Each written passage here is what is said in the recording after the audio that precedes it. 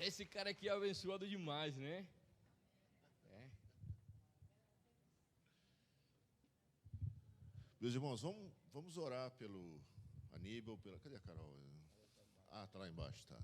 A pequenininha está ali, né? Vamos orar por eles e realmente é uma honra, é um privilégio para nós participar desse processo de plantar essa igreja lá em Manaus. Eu estou muito entusiasmado com isso e eu espero que você também esteja envolvido nisso de alguma maneira. E uma forma da gente ajudar, nós precisamos levantar um pouco de recurso para cobrir os custos, a passagem, o evangelismo que vai acontecer lá, tudo isso vai ter despesas e nós gostaríamos de nos envolver com isso. Então, eu quero te convidar, se você puder, se você quiser ajudar, se você sentir no seu coração de participar disso também, tem aqui as informações, você pode fazer as doações específicas para essa viagem que vai acontecer lá para Manaus e as coisas, os eventos que vão acontecer lá também. Estenda a sua mão para cá, vamos abençoar o Aníbal e tudo que vai acontecer lá, a família dele também. Senhor, nós levantamos diante de você, Manaus, e tudo que está acontecendo lá, tudo que está no teu coração. Pedimos que você abençoe o Gregório e a equipe dele, as pessoas que estão lá, e pedimos que você abençoe também o Aníbal, sua esposa, sua filhinha, que vão para lá. Senhor, em nome de Jesus, nós queremos que eles sejam uma extensão do amor e do compromisso que nós temos com esse projeto, Pai.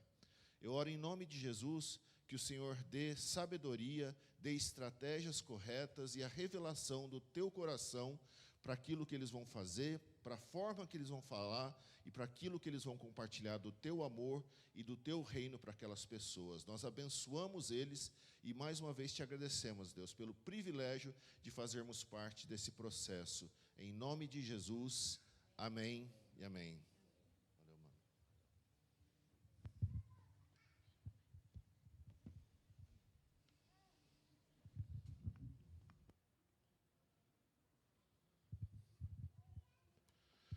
Muito bem. As últimas vezes que eu tive falando aqui, eu tenho procurado falar a respeito de coisas bem básicas a respeito da nossa fé, coisas até óbvias, porque eu acredito realmente, eu entendo que é importante nós ouvirmos algumas coisas simples, algumas coisas básicas que ajudam a levar a nossa fé para um lugar mais simples também. Às vezes eu acho que a gente complica demais a coisa. E eu acho que é fundamental também, de tempos em tempos, nós nos lembrarmos por que nós somos cristãos. O que me trouxe até esse lugar? Lembrar da simplicidade, da verdade, do momento em que o Evangelho fez sentido. Se tornou algo realmente importante, algo talvez inegociável na sua vida. Como que foi esse momento? Eu acho que é muito importante a gente se lembrar disso e mais que isso até, nos lembrarmos de por que a gente continua fazendo isso. Por que eu continuo sendo cristão? Por que eu continuo me identificando dessa maneira? Todos nós conhecemos, provavelmente, muitas pessoas que, em algum momento da caminhada cristã delas, eles decidiram que, simplesmente, que isso não era mais para eles, certo? Acho que todos nós conhecemos pessoas assim que estiveram ligadas ao cristianismo em um determinado momento da vida, mas em outro momento eles entenderam que distraí, desculpa. Velho, eu não consigo. Pronto, bem bonita. E vocês vão aparecer também. Pessoas que em algum momento decidiram que o cristianismo não era mais para eles. Eu penso muito a respeito disso também. Por que isso acontece e como que é esse processo? E pelo que eu observo, pelo que eu tenho visto nesses anos de caminhada aí, é que as pessoas que eu conheço que em um determinado momento decidiram abandonar esse negócio de cristianismo, eu não consigo pensar em uma delas que, aliás, todas elas viam o cristianismo como a sua religião. Todas as pessoas que eu conheço que abandonaram o cristianismo, o que eu vejo em comum em todas elas é que elas entendiam que ser cristão era a religião delas. E aí apareceu uma dificuldade na vida delas, uma doença, uma separação, morte, decepção. E o apego que essas pessoas tinham a essa religião não foi o suficiente para que essa pessoa continuasse se identificando como cristão. A dor, a decepção, a raiva foi maior do que o desejo de continuar seguindo o cristianismo. Ou pode ser uma coisa mais simples, não precisa ser nada tão dramático assim, uma mudança, um novo momento na vida, e, de repente, para essa pessoa, parece que continuar sendo cristão ou continuar seguindo essa religião não faz mais tanto sentido. Meus irmãos, religião é o seguinte, é um conjunto de rituais que precisam ser celebrados. Religião é uma porção de regras que precisam ser obedecidas. Celebrar ritual e obedecer regras são coisas que acontecem do lado de fora da nossa vida, vocês percebem? Obedecer é fazer a escolha de agir de uma determinada maneira, que foi orientado, ou que você escolheu seguir daquela forma. Celebrar ou estar em um lugar como esse e fechar os olhos e cantar pode ser uma expressão muito verdadeira de algo precioso que está acontecendo no seu coração, igual a Teresa falou, cheio de júbilo no seu coração, e é maravilhoso isso. Mas pode ser que você está fingindo também, não pode? Pode ser que você feche o olho, levanta a mão, faz aquela cara de aleluiado assim, mas está pensando, sei lá, como que será que está a corrida de Fórmula 1 agora? Tem que pagar meu cartão essa semana. Será que estão olhando para mim? Tanta coisa pode estar acontecendo na sua cabeça nesse momento, na verdade. Religião é um lugar que a gente vai, é uma cerimônia que a gente participa. Religião não é quem nós somos. E religião é como uma fórmula matemática, uma fórmula do Excel, é a báscara de Deus. Você coloca lá aquela fórmula específica e você sabe o resultado que você quer obter no final daquilo.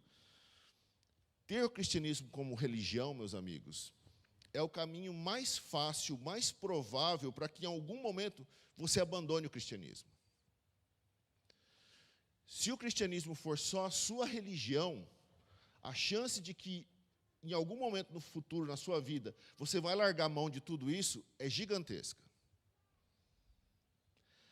A proposta de Jesus não era que nós fizéssemos parte de uma religião. O convite de Jesus sempre foi muito claro, que nós o seguíssemos. Vem e segue-me. Sempre foi esse o convite que ele fez para as pessoas. E enquanto nós seguimos Jesus, enquanto nós escolhemos ser seus seguidores, a gente vive a vida. Então, o cristianismo, ele é muito mais o estilo de vida que nós temos do que a religião que a gente frequenta, do que a igreja, do que o templo, do que os rituais que nós celebramos.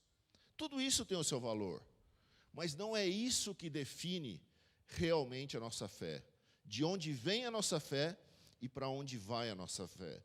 Ser igreja não te faz ser cristão, ou vir à igreja não te faz ser cristão, da mesma forma que ir numa hamburgueria não te faz ser um sanduíche. Você pode vir a um lugar como esse a vida inteira e nunca ser realmente cristão. Isso pode acontecer. Seguir Jesus não é ir para a igreja em primeiro lugar, é ir para a vida com Jesus em primeiro lugar. E nesse processo talvez você vá, ou provavelmente você vá frequentar uma igreja. Mas não começa com isso aqui. Precisa começar com uma escolha, uma mudança de vida. Viver a vida, meus amigos, você sabe que não tem uma fórmula mágica para isso. Não é matemática, não é você faz o 2 mais 2 lá e o resultado garantido vai ser o X. A vida da gente não é assim, a gente vive. A gente encara o que vem. Nós nos alegramos, nós choramos, celebramos, nos decepcionamos, ganhamos, perdemos. Tudo isso é parte da história da nossa vida. E Jesus deseja ser parte de todos esses momentos. Aí nós falamos, sou cristão. Porque eu quero estar com Ele, eu quero que Ele esteja comigo em cada momento. No momento bom e no momento nem tanto. Eu quero estar com Ele. Essa é a proposta de Jesus, que a gente viva todas essas coisas com Ele e para Ele. Ter isso em mente o tempo todo. Cara, isso é lindo, porque venha o que vier, aconteça o que acontecer, a gente não vai estar sozinho. Essa é a primeira grande coisa que diferencia o cristianismo de uma religião. Porque na religião a gente vem fazer uma visita para Deus aqui de final de semana. No cristianismo, a promessa é que eu nunca mais vou andar sozinho. Em nenhum momento. E quando eu chorar, Ele vai estar ali do meu lado para recolher aquela lágrima. E eu vou sempre ter o colo dele à disposição, o abraço, o cuidado, o amor dele à minha disposição. Nós não estaremos sozinhos, porque nós vamos ter, com certeza, Jesus. E provavelmente uma comunidade ao nosso redor, de pessoas tão falhas como nós, mas que podem nos apoiar, podem estar conosco, no momento da dor, no momento da necessidade, no momento da alegria também. Que estejamos, a proposta dele é que nós estejamos grudados, ligados nele para sempre. Teve um estudioso judeu, o cara não é cristão, pediram para ele fazer uma tradução do Evangelho de João. Então, ele sabia que existia lá, mas nunca tinha tido contato com o texto. Ele pegou o Evangelho de João, ele leu, ele entendeu tudo aquilo, na língua original, e aí ele foi fazer uma tradução. E ele, dentro do Evangelho de João, a palavra amor se repete muitas vezes. Mas esse cara, esse estudioso, ao invés de traduzir amor como amor, ele trocou pelo termo adesão. Adesão no sentido de estar colado a alguma coisa, certo? Porque estar com Deus, ou ser cristão, amar a Deus e ser amado por Deus, significa estar grudado nele, a ponto de que a gente passa a fazer parte um do outro. Sabe quando você tem um carro, e aí tem um insufilme? As duas coisas existem separadamente, certo? Mas quando você coloca o insufilme no carro, ele passa a fazer parte do seu carro. E não tem mais volta. Se for tirar, vai danificar, vai estragar. Grudado em Deus dessa maneira. Igual o insufilme fica grudado no carro. Estar próximo, estar comprometido com Deus dessa forma. Provavelmente você já ouviu a historinha do porco e da vaca, certo? Sobre estar comprometido com Deus e estar só envolvido com Deus. Já ouviram? Não, tem gente que não ouviu, então vou contar de novo. Já contei umas 200 vezes. Mas imagina que hoje de manhã, no seu café da manhã, teve queijo e teve bacon. O café da manhã é chique.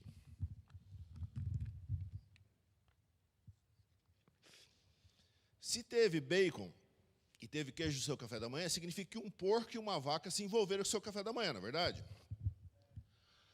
Para que houvesse queijo na sua mesa, a vaca foi lá, doou o leite dela, voltou a viver a vida dela, vaqueando lá no pasto, com as amiguinhas, tudo bem?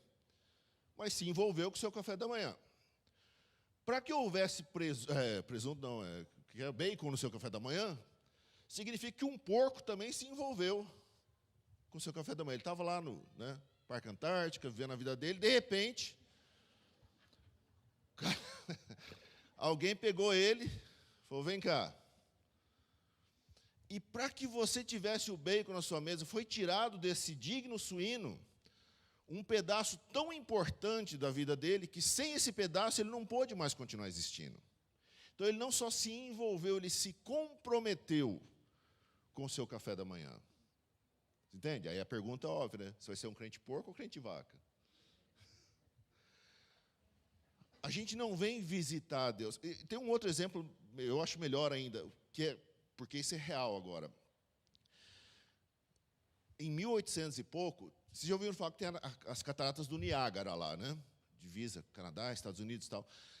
Tem as cataratas, e diz que é lindo, eu nunca estive lá, mas diz que é uma coisa espetacular, o volume de água e tal, a visão, diz que é um show mesmo negócio. E aí um dia um camarada falou, eu vou atravessar, equilibrando, em cima de um cabo de aço, por cima da catarata. Você cair de cima do cabo de aço já não é uma boa ideia. Você cair do cabo de aço dentro da cachoeira do Niágara, provavelmente vai dar muito ruim. E aí ele estendeu o cabo de aço lá, 370 metros de comprimento o cabo. Cabinho, né, de aço, 3 centímetros ali, 370 metros. E aí, milhares de pessoas, 10 mil pessoas ao redor ali assistindo, né, na tensão do dilema do momento, e o cara vai e consegue atravessar. E todo mundo aplaude aquela coisa, aquela alegria e tal. E aí, ele surpreende todo mundo, porque ele começa a atravessar, ele atravessou depois andando numa perna de pau. Ele atravessou empurrando um carrinho cheio de concreto, assim, de cimento. Ele atravessou carregando um saco de batata nas costas. Ele atravessou muitas vezes, foi e voltou várias vezes. Aí, a galera vibrando e tal. E aí, ele perguntou, né? Tem algum voluntário aqui para ir comigo? Ninguém se voluntariou. Aí o agente dele, né, viu que ia ficar feio, foi lá e se voluntariou, e ele atravessou e deu tudo certo. Mas aquelas pessoas, todas elas viram ele fazendo, sabiam que ele era capaz. Viu ele fazendo aquilo em cima de uma perna de pau, empurrando um carrinho de pedreiro. Eles sabiam que o cara tinha capacidade disso, mas nenhuma delas estava disposta a comprometer a sua vida com esse projeto. Da mesma forma, muitos de nós também a gente vive assim, e a gente olha o cristianismo dessa forma. Nós acreditamos em algum lugar na nossa cabeça, ou nós dizemos que acreditamos, que nós cremos em um Deus que pode todas as coisas, mas a gente não tem coragem de realmente confiar nele. A gente vem visitar ele, mas a gente não quer levar ele para a vida. A gente acha que lá fora a gente consegue resolver as coisas melhor da nossa própria maneira. A gente quer visitar uma religião o domingo, mas na hora de viver a vida, a gente não permite que Jesus influencie as escolhas que nós fazemos no nosso dia a dia. E a gente pode se juntar num lugar como esse, domingo após domingo, gritar Jesus, Jesus, e cantar e tal. Mas quando Jesus pergunta lá no fundo do teu coração, entrega a sua vida para mim? E eu sei que de alguma maneira ele faz, ele já tem feito essa pergunta para nós. E ele não faz isso uma vez só, ele continua fazendo, durante toda a nossa caminhada. Toda a nossa caminhada. A gente fica em silêncio. Talvez a gente perde a coragem de responder. Talvez a gente teve coragem de responder em um certo momento. Mas por algum motivo, aquilo que era vida virou religião. Em algum momento, também pode ser que você escolheu confiar em Deus e viver esse negócio de maneira ousada e realmente caminhar com Jesus e depender do reino de Deus. E Jesus, ele te deu essa liberdade, porque só é livre de verdade quem já perdeu tudo ou entregou tudo. Se você realmente já perdeu tudo ou entregou tudo, você é a pessoa mais livre do mundo. Porque aí você não tem nada a perder. Enquanto você tiver alguma coisa a perder, cara, você não é livre de verdade. E o que a proposta de Jesus é: vem e segue-me, toma a sua cruz e morre um pouquinho a cada dia, para que eu seja a tua esperança de verdade. Perde tudo para ter a mim da forma correta e plena que eu desejo que você que você viva e exista em Deus. Sabe, e não pode ser o medo que vai te levar a tomar essa decisão. Alguém disse que a religião é para quem tem medo do inferno. Espiritualidade é para quem já esteve no inferno e foi liberto daquele lugar. Religião é para quem tem medo de ir para o inferno. Não é essa a proposta de Jesus. Ele quer que a gente caminhe com Ele, porque nós sabemos que nós estamos vindo do inferno. Não é o medo de ir para lá que me aproxima de Jesus. É a certeza de que eu já vivi e não quero nunca mais viver sozinho, separado de Deus. E aí nós somos livres para viver dessa maneira. Aquilo que é importante, nós encontramos para amar a mensagem de Jesus, a mensagem da cruz. Sabe, tem um texto lá, se você quiser abrir sua Bíblia aí, em Filipenses, no capítulo 4, é um texto muito conhecido, Filipenses, Novo Testamento, capítulo 4.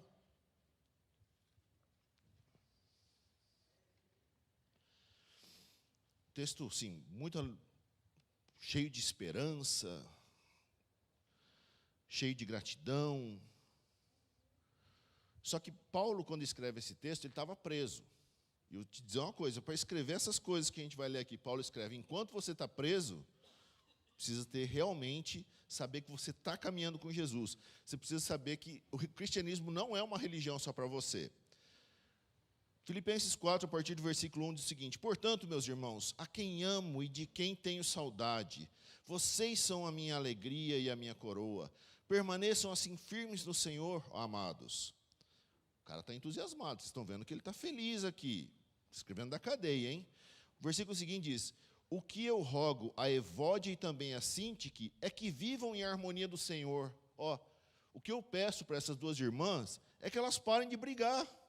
Lá tinha treta também. Não é só aqui que tem. Lá tinha treta também. Porque ele está falando, ó, pede, eu não sei, eu não consigo imaginar ela duas jovens, eu imagino duas velhas. Desculpa, é o que vem na minha cabeça. Duas velhas ranzinhas brigando. E Paulo falou, para com isso. Vive em harmonia, pelo amor de Deus. Continuando. Sim, e peço a você, leal companheiro de jugo, que as ajude, pois lutaram ao meu lado na causa do Evangelho. Você vê, as minas azedas eram sérias com Deus. Elas lutaram ao lado de Paulo na causa do Evangelho. Com Clemente e meus demais cooperadores, os seus nomes estão no livro da vida. Alegrem-se sempre no Senhor, novamente direi, alegrem-se, como a Teresa disse para nós hoje de manhã. Se alegrar no Senhor não é só se alegrar com as coisas de crente, é se alegrar com a vida, gente. É viver a vida com intensidade, amando, abrindo a nossa vida para as outras pessoas, correndo o risco que os relacionamentos trazem. E aí o texto continua: seja a amabilidade de vocês conhecida por todos, perto está o Senhor, ó, grudadinho, é um insufilme do carro, está junto, está adesão, grudado. Não andem ansiosos por coisa alguma, mas em tudo, pela oração e súplicas e com ação de graças, apresentem seus pedidos a Deus. O texto, esse versículo que a gente leu agora, está falando que todos os pedidos vão ser atendidos? Não. Deus não é Zé Delivery, mano. Deus não é iFood, que você pede, daqui uns minutos está na porta da sua casa. Está falando para pedir. Faz conhecido os teus pedidos. Mas não é um aplicativo que você está pedindo o cheeseburger.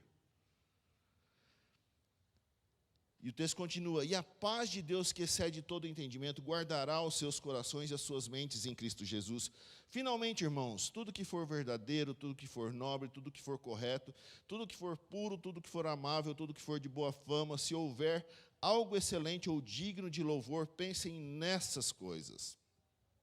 Tudo que vocês aprenderam, receberam e ouviram e viram em mim, ponham-no em prática. Ó, leva tudo isso para a vida, gente. E o Deus de paz estará com vocês. De novo, a proximidade de Deus.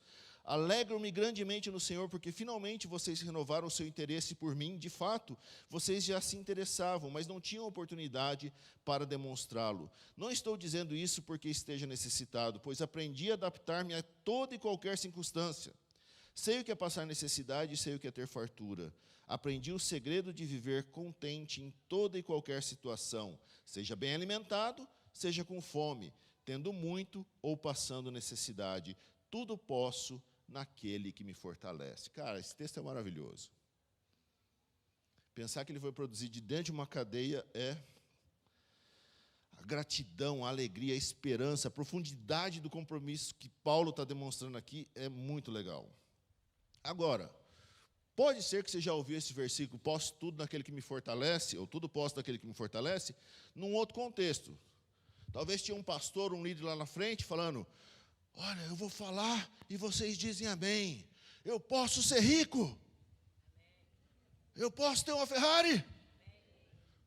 Eu posso ser empresário. Eu posso passar fome. Ah, então não pode tudo. Hã? Como assim? Eu posso me adaptar à miséria? Posso, sim. Paulo falou, eu aprendi a me adaptar a isso tudo. Aquilo que a vida traz. Porque, novamente, não é uma fórmula que vai sempre dar certo. É a vida, gente. Vida para ser vivida, saboreada.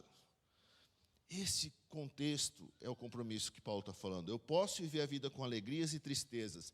Nem a dificuldade, nem a alegria vão mudar a minha relação com Deus, porque eu quero estar grudado nele de tal forma que ele faz parte de mim e eu estou nele para toda a eternidade. Posso viver com dinheiro na dureza, nenhuma coisa nem outra muda isso. Posso ter saúde ou não, ter uma família feliz ou uma família complicada. Posso conhecer o mundo inteiro, ou só o ABC, casa própria ou aluguel, carro ou busão. Nada disso. Nada disso. A não ser que você queira uma religião. Se você quiser o cristianismo, esse é o convite, esse é o projeto. Certo? E eu podia contar muitas histórias para vocês de provisão na minha própria vida. Assim, milagre mesmo de provisão. Mas eu podia também contar muitas histórias de momentos que a provisão não veio. Que o dinheiro não caiu, o cheque voltou, a luz foi cortada, o nome foi para o Serasa. Eu tenho, dos dois extremos, um monte de história para contar. Mas nem uma coisa nem outra muda a minha relação com Deus. Porque a gente encara aquilo que a vida oferece, com a certeza de que a gente está encarando aquilo nunca mais sozinho. Como Paulo disse, eu sei passar necessidade e eu sei ter fartura. Eu aprendi o segredo de viver contente em toda e qualquer situação, seja bem alimentado, seja com fome. Tudo posso naquele que me fortalece. Faz sentido isso para vocês? Esse é o convite, essa é a ideia. Busque felicidade, meu irmão. Isso é bom, isso é certo. Mas viva com Deus nesse processo. Isso é melhor ainda. Sabe, quando Pedro chegou para Jesus e falou, Jesus tinha dito para eles, olha, nós vamos para Jerusalém agora, e eu vou ser morto, eu vou ser executado, eu vou ser assassinado. E aí Pedro falou, não, nós vamos deixar isso acontecer não, Jesus. Jesus responde para ele, para trás de mim, Satanás. O caminho vai trazer momentos difíceis, mas o caminho da cruz é o melhor caminho. Eu não conheço um outro. É o único caminho, não é religião, mas o estilo de vida que você vai ter a certeza que Deus vai viver tão próximo de você que você vai dizer, Ele habita em mim. Eu estou em Cristo. E você vai estar nele para toda a eternidade. Amém? Chega, né? Tá bom. Tinha mais coisas para falar aqui, mas cansou já, né? Como que a gente aplica isso de uma maneira prática agora? Eu acho que você vai precisar fazer essa pergunta para Deus. De que maneira Ele vai... E olha, quando a gente fala, Deus falou comigo, pelo menos na minha experiência, não é assim nunca teve uma voz, um efeito especial, sabe aquela voz de locutor? Filho amado. Nunca aconteceu. Nem quero, eu ia tomar um susto desgraçado se acontecesse também. Quando eu falo que Deus falou comigo, cara, é uma convicção que eu tenho no meu coração de que aquilo é certo. E eu olho para a Bíblia e eu vejo que se essa convicção concorda com aquilo, com o plano de Deus, cara, eu acredito que isso é a voz de Deus falando comigo. Sabe quando eu aprendi isso? Quando eu já ganhei carro e eu já doei carro, certo? Quando eu ganhei o carro, eu tinha certeza que Deus realmente tinha falado com aquela pessoa para ele doar o carro para mim. Mas teve um dia que eu vi uma necessidade assim, eu falei, caramba, essa pessoa realmente precisa de um carro, velho. Eu acho que ele precisa de um carro mais que eu. E aí eu olhei para a Bíblia e eu entendi que generosidade é um princípio que não para em mim. Não termina em mim a generosidade. Da mesma forma que alguém foi generoso comigo, eu passo isso para frente. E a gente cria um ciclo do bem. Mas o primeiro momento assim que eu tive, não, tem que doar o carro para essa pessoa. Quase que eu falei, para trás de mim, Satanás. Vocês entendem? Mas era a coisa certa. E foi realmente a coisa certa.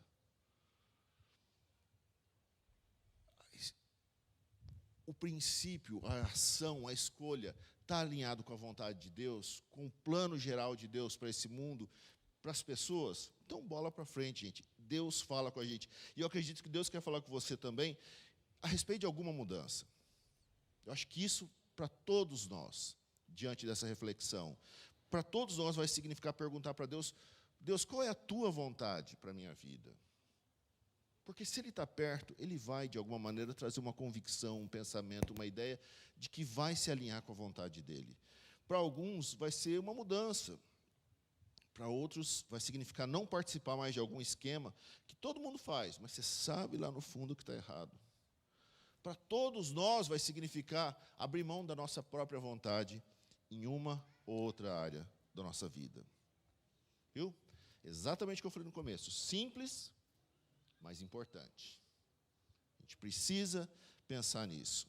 Agora que a gente sabe dessas coisas, a gente simplesmente vai lá fora e vive elas com Deus. Amém? Vamos ficar em pé, orar.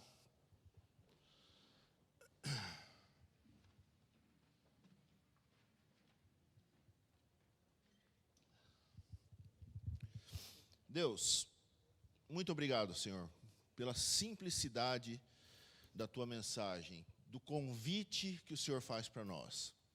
Te seguirmos, enquanto morremos a cada dia, para você viver em nós. Deus, nós entendemos, às vezes a gente pensa, Pai, que talvez é tão difícil morrer por Jesus. Mas não deixa a gente gastar nossa preocupação com isso agora, não. A gente está no Brasil e está tudo bem aqui. Coloca a nossa preocupação, Pai, em viver para você, Deus. É isso que a gente quer fazer. Antes da gente pensar em morrer para você, Jesus, nós queremos viver para você. E eu oro que o Senhor fale conosco, com cada um de nós aqui, o que isso significa para nós? O que isso significa para o nosso coração? De que maneira isso vai mudar a minha vida a partir de hoje, se eu realmente falar, Jesus é o meu Senhor, é o meu Salvador. Deus, perdoa, porque tantas vezes a gente quer viver o estilo de vida que é só vir te encontrar aos domingos. E nós transformamos essa coisa tão linda, esse plano tão maravilhoso que você tem só numa religião, Pai. Perdoa a gente por isso. Vem, Espírito Santo, que habita em nós já e mostra quão próximo o Senhor está. Realmente grudado, ligado de uma maneira definitiva a nós, e nós ligados e habitando no Senhor para toda a eternidade. Vem, Espírito Santo, vem sobre nós. Fique em silêncio agora.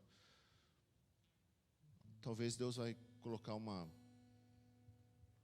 situação, uma palavra, alguma coisa na sua mente, no seu coração, uma convicção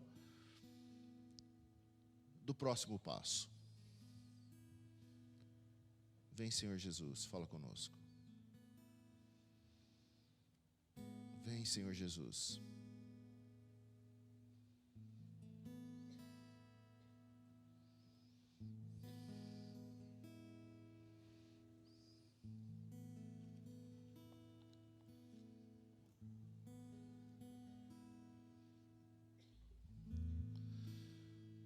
Bendito é o teu nome, Deus. Bendito é o teu nome, Senhor.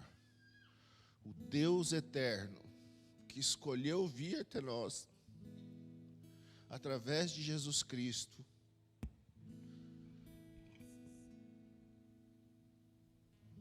mostrando o quanto, Deus, você deseja estar perto de nós, seres humanos.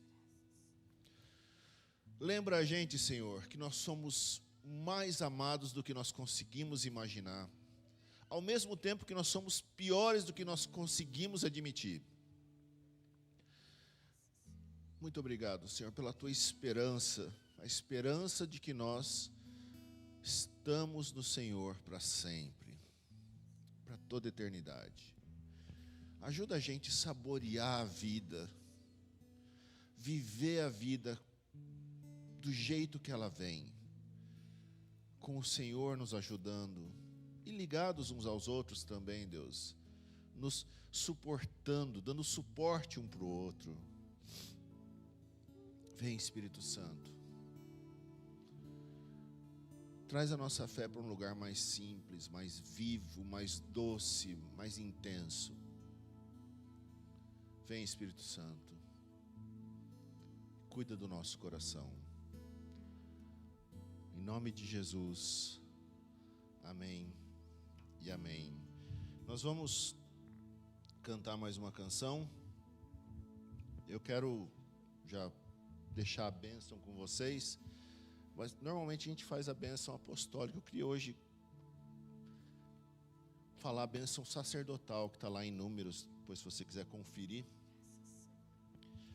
Só assim, por puro simbolismo, estenda a sua mão, e eu oro que o Senhor te abençoe e te proteja. Que a face do Senhor brilhe em cada um de nós e por cada um de nós, e que o Senhor tenha misericórdia de todos nós. Que o Deus eterno revele toda a sua bondade e nos dê a sua paz. É o que nós te pedimos, Pai, em nome de Jesus. Amém e amém. A gente vai cantar mais uma música. Depois o pessoal do curso tem o almoço aí. Vamos viver a vida. Amém. Pode falar um amém para isso? Amém.